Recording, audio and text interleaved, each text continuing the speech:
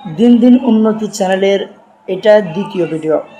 প্রতিদিন প্রায় ভালো ভালো মানের ভিডিও আপলোড করা হবে। অনেক কিছু আমরা শিখব। এই চ্যানেলে আমরা ভালো ভালো জিনিস শিখব, প্রতিদিন নতুন নতুন কিছু শিখব।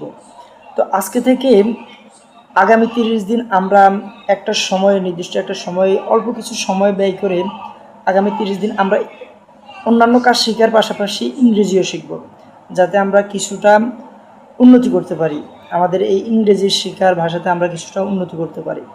তো আজকে আমরা বেসিক কিছু ধারণা নেব ইংরেজি। যারা একেবারেই বিগিনার, ইংরেজি সম্পর্কে খুবই কম ধারণা রয়েছে, একদম শুরু থেকে আমরা শিখে যাব, শুরু থেকে ধারণা দিয়ে যাব ইনশাল্লাহ। তো আমার কাছে একটি বই রয়েছে, ওই বই থেকে ওই বই কিন্তু বিস্তারিতভাবে লিখে দিয়েছে, বিস্তারিতভাবে খুঁটিনাটি বুঝিয়ে দিয়েছে। তো আমি ওগুলো রিসার্চ করেও অনেকবার পড়লাম, অনেকবার দেখলাম, দেখে ওগুলোকে সংক্ষিপ্ত করে এনে আমি আজকে কিছু আপনাদেরকে শিখিয়ে দেবো ইনশাল্লাহ। আগামীকালকেও আমি সর্বপ্রথম 5-10 পৃষ্ঠা পড়ে ওগুলোকে সংক্ষিপ্ত আকারে কীভাবে আপনাদেরকে বুঝালে আপনারা বুঝবেন সুন্দরভাবে, সেভাবে আমি অল্প কতক্ষণের মধ্যে বুঝিয়ে দেওয়ার চেষ্টা করব।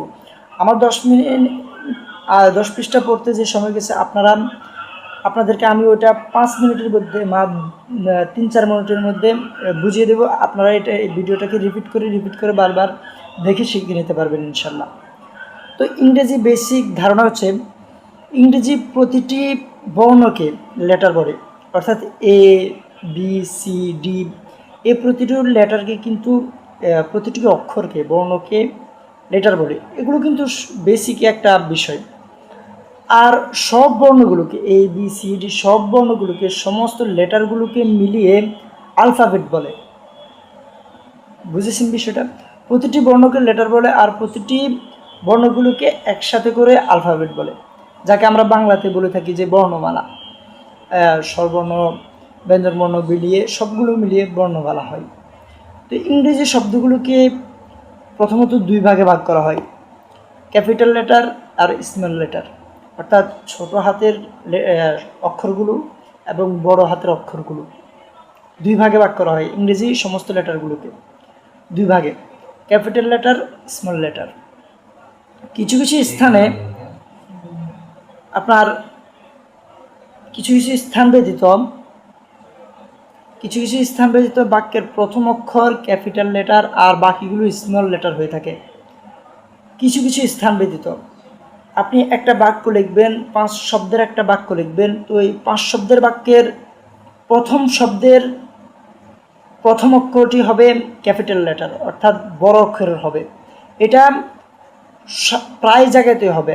আর কিছু কিছু জায়গাতে হবে শুধু স্মল লেটার হবে, শুরুতে, বাক্যের শুরুতে প্রথম অক্ষরের তা স্মল লেটার হবে। কিছু কিছু জায়গায়, সব জায়গায় না, প্রায় জায়গায় ক্যাপিটাল লেটার হয়, কিছু কিছু জায়গায় স্মল লেটার হয়।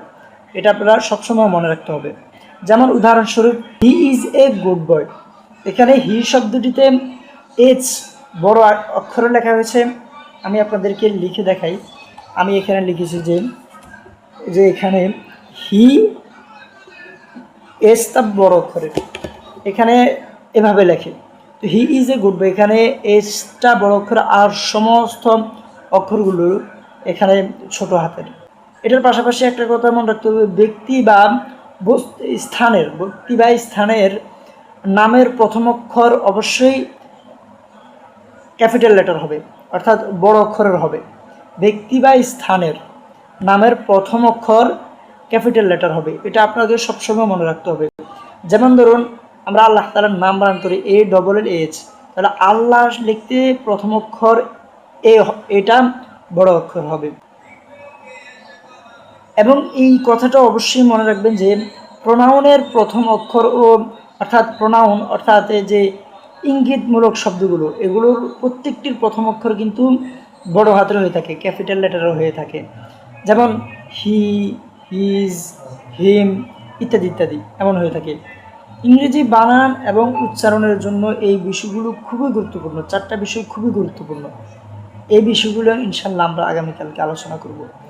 আমাদের এই চ্যানেলে প্রত্যেক দিন কয়েকটি ভিডিও করে দেওয়া হবে এবং প্রত্যেকটি ভিডিওতে নতুন নতুন কিছু শেখানো হবে। এই কারণে আমাদের চ্যানেলের নাম দেওয়া হয়েছে দিন দিন উন্নতি। ইনশাল্লাহ ভালো ভালো কিছু আমরা চেষ্টা করব যথেষ্ট পরিমাণে দিন দিন উন্নতি করতে। আজকে আমরা বিগিনার কম পারি, আগামীকালকে ইনশাল্লাহ এর চেয়ে বেটার কিছু হবে, এই তারপরের দিন ইনশাল্লাহ আরও বেটার কিছু হবে। অবশ্যই আমাদের পাশে থাকবেন, আমাদের সাথে থাকবেন।